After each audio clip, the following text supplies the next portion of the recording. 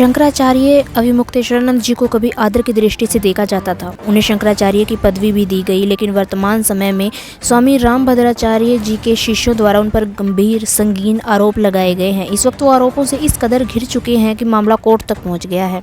2 बच्चों को पेश करने की बात भी उठाई जा रही है। स्वामी अविमुक्तेश्वरानंद जी पर एक ऐसा आरोप लगा है जिसको दाग कह सकते हैं।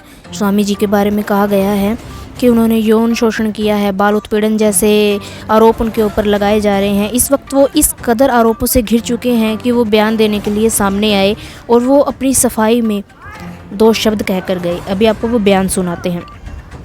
सवाल खड़े किए, वो शास्त्रीय खड़े किए। शास्त्र के अनुसार जो प्रश्न बनते थे उन प्रश्नों को हमने उठाया। हमने इतनी नीचता की हद में नहीं गए। हम अपनी मर्यादा में रहते हुए जो शास्त्रीय प्रश्न थे वो हमने उठाया, और वो भी हमने अपनी तरफ से नहीं उठाए। जब बार बार उनकी तरफ से तरह तरह के हम लोगों के ऊपर आक्षेप आए, तीनों और शंकराचार्यों के ऊपर आक्षेप उन्होंने किए, आदि शंकराचार्य के ऊपर आक्षेप किया, तो स्वाभाविक है फिर हमको कहना पड़ा। लेकिन हमने शास्त्रीय प्रश्न उनके ऊपर उठाए, और उन्होंने पहले जबलपुर की एक कोर्ट में उनके एक शिष्य ने हमारे ऊपर मुकदमा किया। आप अखबार वालों ने छापा कि उनके ऊपर मुकदमा पेश होंगे। हमने वहां पे जवाब दे दिया।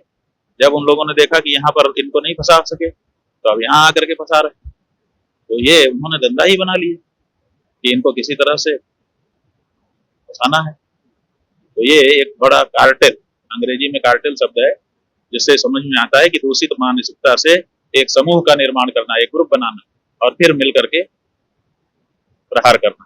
तो इस समय हमारे विरुद्ध एक कार्टेल बना हुआ है, और उस कार्टेल के द्वारा ये सब किया जा रहा है, जिसमें उत्तर प्रदेश की सरकार भी कहीं न कहीं सम्मिलित दिखाई दे रही है। अविमुक्तेश्वरानंद जी इसमें वीडियो में सरकार पर भी आरोप लगाते हुए नजर आ रहे हैं। इन्होंने सरकार को भी लपेट लिया है। जब तक चुप रहते हैं तब तक शब्दों के जाल बुनते रहते हैं, और मीडिया जब इनके सामने होता है तब खुलकर अपनी भड़ास निकालते हैं। अविमुक्तेश्वरानंद जी परेशान भी हैं, गुस्से में भी हैं, और जिस वक्त अविमुक्तेश्वरानंद जी पर आरोप लगाए जा रहे हैं उस समय उनका और ज़्यादा सरकार के प्रति रुख गुस्से वाला होता जा रहा है, और रामभद्राचार्य पर भी वो कड़े आरोप लगा रहे हैं। अविमुक्तेश्वरानंद जी के साथ आगे क्या होगा, जानकारी के लिए बने रहें हमारे चैनल के साथ। वीडियो को अंत तक देखने के लिए आपका बहुत बहुत धन्यवाद।